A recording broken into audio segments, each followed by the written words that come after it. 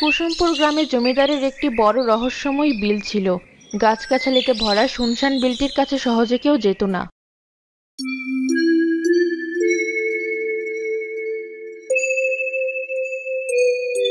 এই হাবো, কালো, মিরাজ, গনি, তোরা সবাই মিলে আমার বিলটা একটু পরিষ্কার করে দে। দরকার হলে আরো লোক লাগা, 20-25 জন যা লাগে। লোক খাটিয়ে বিলটা পরিষ্কার কর। চারপাশে গাছগাছালি কাট।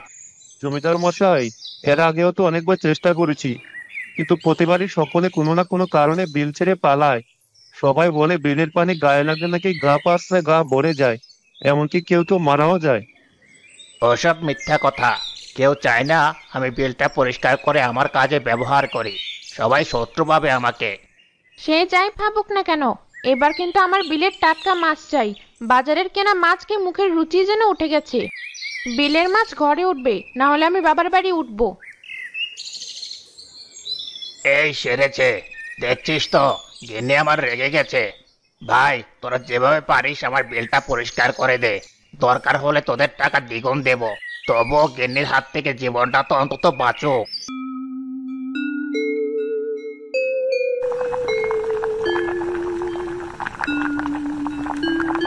বাবা, রোজ মাছ সব বাড়ির জন্য রেখে দাও। কিছু মাছ বিক্রি করলে তোমার পকেট খরচা তো অন্তত বের হয়। নদীতে তো আর আমি বেশি মাছ পাই না রে মা। বেশি মাছ পেলে না হয় বিক্রি করতাম। এ কটা মাছ আর কি বিক্রি করব? 2-4টে মাছ হাটে নিয়ে গেলে মানুষ দেখে হাসাহাসি করবে। রোজ 2-4টে মাছ পাবে আর রোজ বাড়িতেই খাবে। রোজ রোজ কি আর মাছ খেতে ভালো লাগে? আজ 1 মাস ধরে কোনো তরকারি নেই, খালি মাছ মাছ আর মাছ। আমি তো চেষ্টা করছি মাছ মারার জন্য গিন্নি, কিন্তু ওইটুকু ছোট্ট ছিপে আর কতই বা মাছ উঠবে। একটা জাল হলে বেশ ভালো হতো। আরামসে নদী থেকে মাছ ধরতাম, আর বিক্রি করে অনায়াসে সংসারটা চলে যেত। আমার রোজ মাছ খেতে ভালো লাগে না। কটা শাকসবজিতে তুলবো, বাড়িতে মরিচ পেঁয়াজ কিচ্ছু নেই। মা তাহলে কি দিয়ে রান্না করবি? অনেক দিন ধরে জমিদারের কাছে যাবো যাবো ভাবছি, আর বসে থাকা যাবে না। এবার বরং জমিদারের কাছ থেকে একবার ঘুরেই আসি। জমিদারের কাছে কি করতে যাবে বাবা? দেখি কিছু টাকা ঋণ নিয়ে যদি একটা নতুন জাল আর ঘরের চালটা ঠিক করতে পারি, তবে রোজ মাছ ধরে আস্তে আস্তে টাকা শোধ দেব। এখনই আমি জমিদারের বাড়ি থেকে ঘুরে আসি। জমিদার যে লোভী, শেষে 1 টাকা দিয়ে 10 টাকা না চায়। জমিদারের বাড়িতে এত লোক কেন? এখন কি যাওয়া ঠিক হবে? পরে আসবো নাকি? আরে আদিপ, ওখানে দাঁড়িয়ে কি ভাবছিস? এদিকে আয়। জি জমিদার মশাই, আপনার কাছেই এসেছিলাম একটু। হ্যাঁ, হ্যাঁ, হ্যাঁ। আমার কাছে এসে দূরে দাঁড়িয়ে কি ভাবছিস? তা বল দেখি, কি করতে এসেছিস?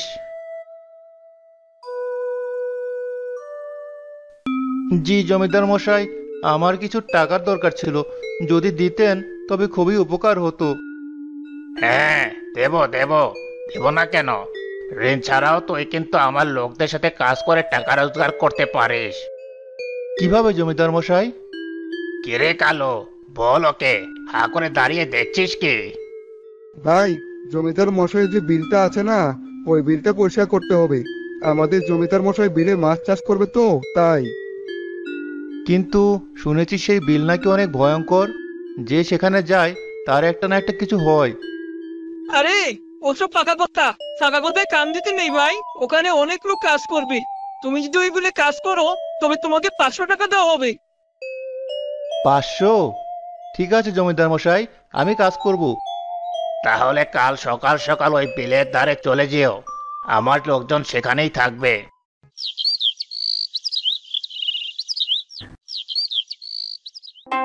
পরের দিন সকালে আদিব কাউকে কিছু না বলে জমিদারের বিলে চলে এলো।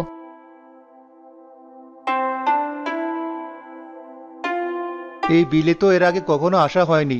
বিলটা তো খুব সুন্দর। বিলের পানিতে কত মাছ। তাহলে লোকে এই বিলকে এত ভয় পায় কেন? কিরে ভাই, দাঁড়িয়ে কি দেখছিস? কাজে লেগে পড়। পানিতে নেমে শ্যাওলাগুলো তুলে দে। বিলের চারপাশে সবাই মিলে ভালো করে বেঁধে ফেল। ঠিক আছে ভাই। ভাই, আমার বউ তো এই বিলে আসতেই দেবে না। জোর করে চলে এসেছি। পেটের যন্ত্রণার থেকে ভয় তো আর বড় না। আমার তো এই বিলে ঢুকতে কেমন গা চমচম করছিল। নেহাত 500 টাকার জন্য এলাম, না হলে এমন ভয়ঙ্কর বিলে কে আসতো? আমার তো কোনো ভয়ই করেনি। বিলের পরিবেশটা আমার কাছে খুব ভালো লেগেছে। বিভিন্ন গল্পে গল্পে তাদের কাজ শেষ হলে জমিদার তাদের পারিশ্রমিক দিয়ে বিদায় করলো। আদিব বাড়ির প্রয়োজনীয় জিনিস সহ মেয়ের জন্য এক জোড়া চুড়ি নিয়ে বাড়ি ফিরলো। মায়া, এখানে বসে পড়ছিস? হ্যাঁ বাবা, তুমি আজ এত কিছু এনেছো? হ্যাঁ মা, এনেছি তো। এই নে, তোর জন্য চুড়ি এনেছি। চুড়ি? এমন এক জোড়া চুড়ির খুব শখ ছিল আমার। তোর মা কোথায়? মাটা তোমার জন্য ছটফট করছিল, না বলে বাড়ি থেকে গেছো আজ। মনে হয় ওই পাশে গেছি। ফিরেছো বাড়ি? আজ না বলে কাজে গেলে কেন? জানো না তুমি বাইরে থাকলে আমার খুব চিন্তা হয়। আজ জমিদারের ওই বিলে কাজে গিয়েছিলাম, তাই তোমাদের বলে যায়নি। বাবা, তুমি ওই ভয়ঙ্কর বিলে কাজে গিয়েছিলে? ভয়ঙ্কর কোথায়? বিলটা খুব সুন্দর দেখতে। সেখানে তো মাছের অভাব নেই। একদিন কাজ করার জন্য জমিদার 500 টাকা দিয়েছে। এজন্যই তো বলি, এত বাজার কি করে করলে? এই নাও, টাকাগুলো তুলে রাখো। এই টাকা দিয়ে জাল কিনবো। আমাকে 4টা খেতে দাও গিন্নি, খুব খিদে পেয়েছে। পরের দিন জমিদার তার লোকদের নিয়ে বিলে মাছ ছাড়তে গিয়ে দেখলো বিলটা ঠিক আগের মতোই আছে, এলোমেলো আর অপরিষ্কার। কিরে, তোরা বিল পরিষ্কার করিসনি? এই জমিদার মশাই, আমরা তো বিল পরিষ্কার করিয়েছিলাম, কিন্তু এই অবস্থা হলো কি করে?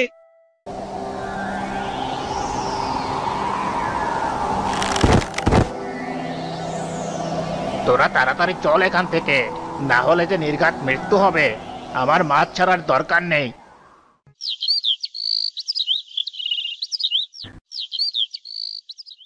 বেশ কিছুদিন পর আদিব নতুন জাল কিনলো।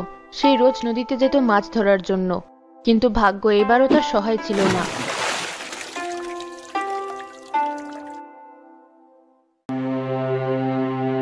কেন আমার সাথে শুধু এমন হয়?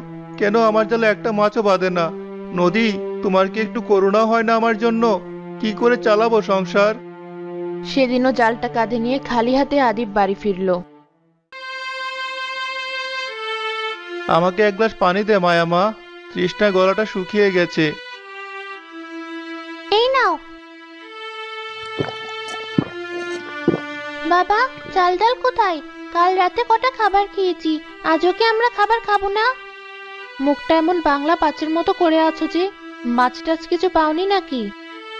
না গিন্নি, আমাকে দিয়ে মনে হয় আর মাছ ধরা হবে না। নতুন জাল কিনলাম, তবুও একটা মাছ পেলাম না। কিভাবে সংসার চালাবো? আমার মনে হয় মৃত্যু ছাড়া আর কোনো উপায় নেই। এসব কি বলছো?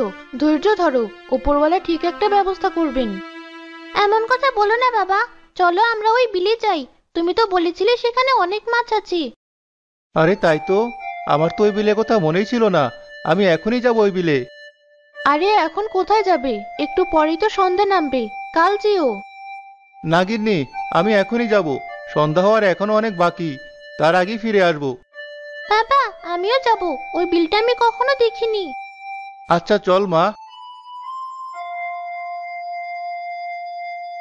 তাড়াতাড়ি হাঁট মা।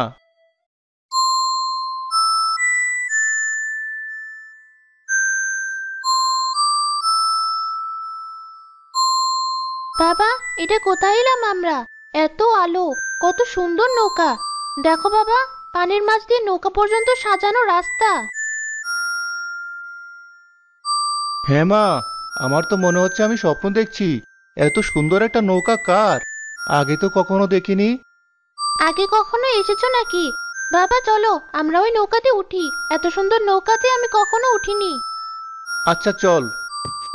সাবধানে যা মায়া, পড়ে যাবি তো পানির ভিতরে। তাড়াতাড়ি এসো বাবা, দেখো নৌকার ভেতরে আরো বেশি সুন্দর। মাকেও সাথে আনলে খুব ভালো করতাম।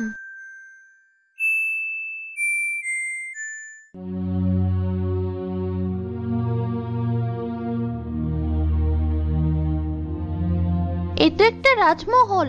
এতটুকু নৌকার ভিতরে এত বড় প্রাসাদ। এটা কোনো সাধারণ নৌকা মনে হচ্ছে না মা, কোনো মায়াবী নৌকা এটা। এখান থেকে তাড়াতাড়ি বের হই, চল।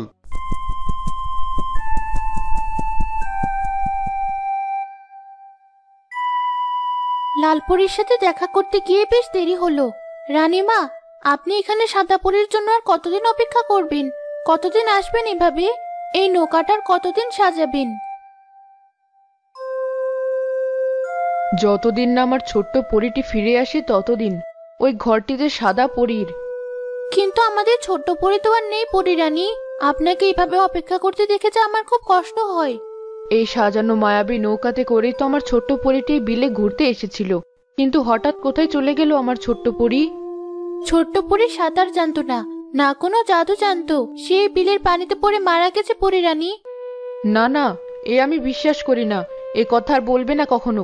এখানে এসে আমি শান্তি পাই, মনে হয় আমার ছোট্ট পরী আমার সাথেই আছে।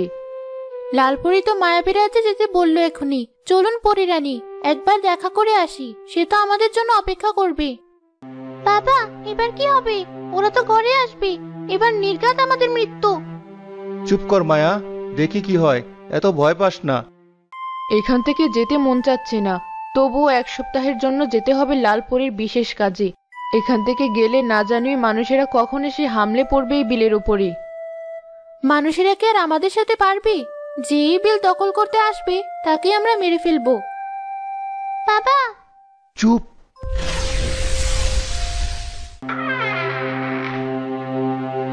বাবা দেখো, নৌকাটি কি জোরে উঠছে।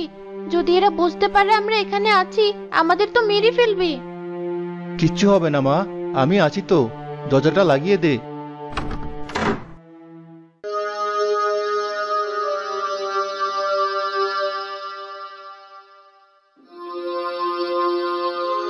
নৌকাটি একসময় এসে মায়ানগরে থেমে গেল।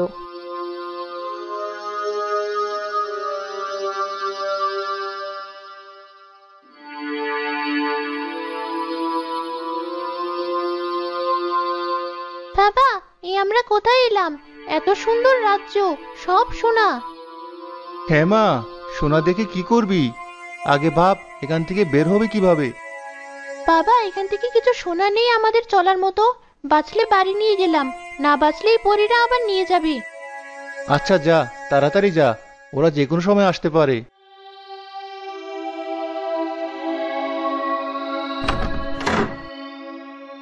কিছু সময় পর পরী ও পরীরানী ফিরে এসে মায়াবী নৌকা নিয়ে আবারও সে বিলের মাঝে ফিরে গেল।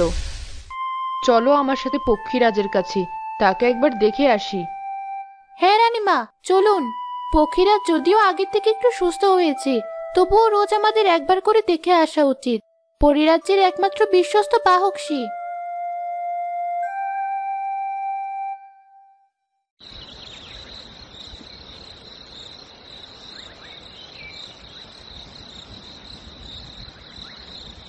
খুব বাঁচা বেঁচে গেছি। এই সোনা দিয়ে আমাদের সারা জীবন চলে যাবে। তোমার আর চিন্তা করতে হবে না বাবা। হ্যাঁ মা, বুদ্ধি করে তুই সোনাগুলো নিয়েছিলি বলে। আমার তো ভয়ের চোটে সোনার কথা মাথায় ছিল না। তাড়াতাড়ি বাড়ি চলো বাবা, নিশ্চয় মা আমাদের জন্য চিন্তা করছি। মায়া ও তার বাবা যখন কথা বলছিল, তখন জমিদারের একজন লোক লুকিয়ে তাদের সব কথা শুনছিল। এখনই জমিদার মশাইকে সব কথা বলতে হবে।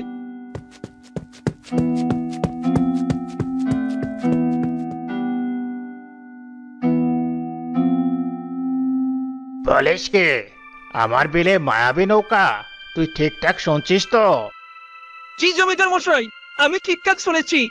বিশ্বাস না হলে আপনি আদিবের বাড়িতে চলুন, নিশ্চয়ই সে তার বউয়ের সাথে সব বলবে। ঠিক বলেছিস তুই, তাড়াতাড়ি চল তো।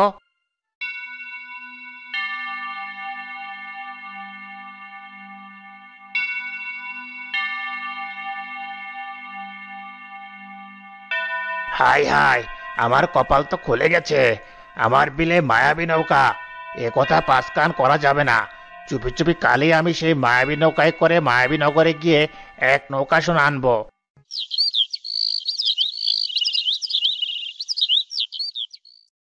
পরের দিন সন্ধ্যায় জমিদার তার 2 জন লেঠিল নিয়ে হাজির হলো মায়াবী নৌকায়।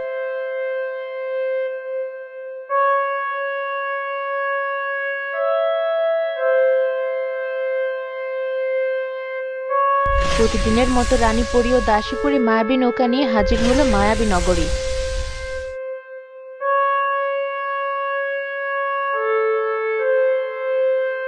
হাবু, কালু, তোরা তাড়াতাড়ি সোনার বড় বড় বাক্সগুলো সোনার মোহর দিয়ে পরিপূর্ণ কর।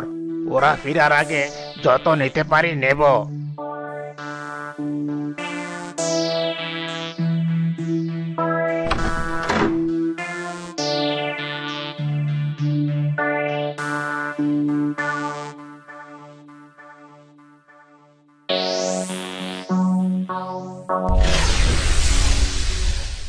দাসী, আজ আমার শরীরটা ভালো লাগছে না। পক্ষীরাজকে আজ দেখতে যেতে পারবো না। আমার একটু বিশ্রামের প্রয়োজন। তাহলে কি আপনি ভিতরের ঘরে যাবেন রানীমা? না, আমি এখানেই বিশ্রাম করব।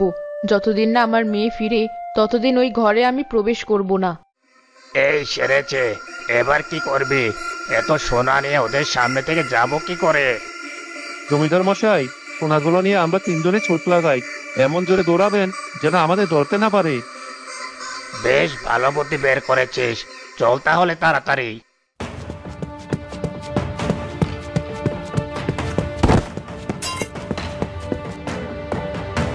গর্দপের দল, একটু দেখে দৌড়াবি তো।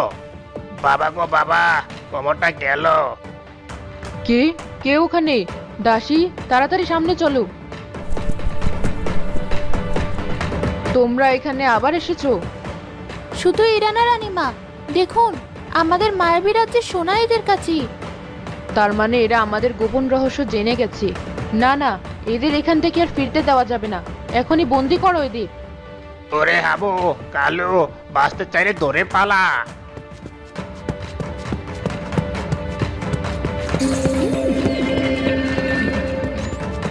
বাবারে বাবা, একবার বাঁচতে পারলে আর জীবনে এই বিলে দাঁড়িয়ে আসবো না। তারা বিলের গন্ডি পার হতেই পরিরানীর জাদু আর কোনো কাজ করলো না। বেঁচে গেল এবারের মতো, না হলে আজ ওদের উচিত শিক্ষা দিয়েই ছাড়তাম। পরিরানী, আমাদের মনে হয় এবার এখান থেকে চলে যাওয়া উচিত। যেহেতু এই মানুষেরা আমাদের মায়াবী নগরের কথা জেনে গেছে, এখানে থাকা মানে আমাদের জীবন সহ মায়াবী নগর ঝুঁকিপূর্ণ। হ্যাঁ, তুমি ঠিকই বলেছ, কিন্তু এখান থেকে কিভাবে যাব? আমার মেয়েটার স্মৃতি। আমরা প্রতি পূর্ণিমার রাতে এখানে আসবোই মায়াবী নৌকা নিয়ে। না, এই নৌকা আমি আর নিব না। এই মায়াবী নৌকা আজ থেকে বিলের মাঝেই থাকবে। মায়াবী নৌকা আমার মেয়ের পছন্দ ছিল। এই নৌকাটি এখানে থাকলেও রাতটার শান্তি মিলবে। পরিরানী মায়াবী নৌকাটি রেখে সে বিল থেকে চলে গেল। জমিদার সহ গ্রামের কোনো মানুষ আর কখনো বিলের মাঝে যায়নি। বছরের পর বছর মায়াবী নৌকাটি বিলের মাঝেই পড়ে রইল, ছোট্ট সাদা পরীর স্মৃতি হিসেবে।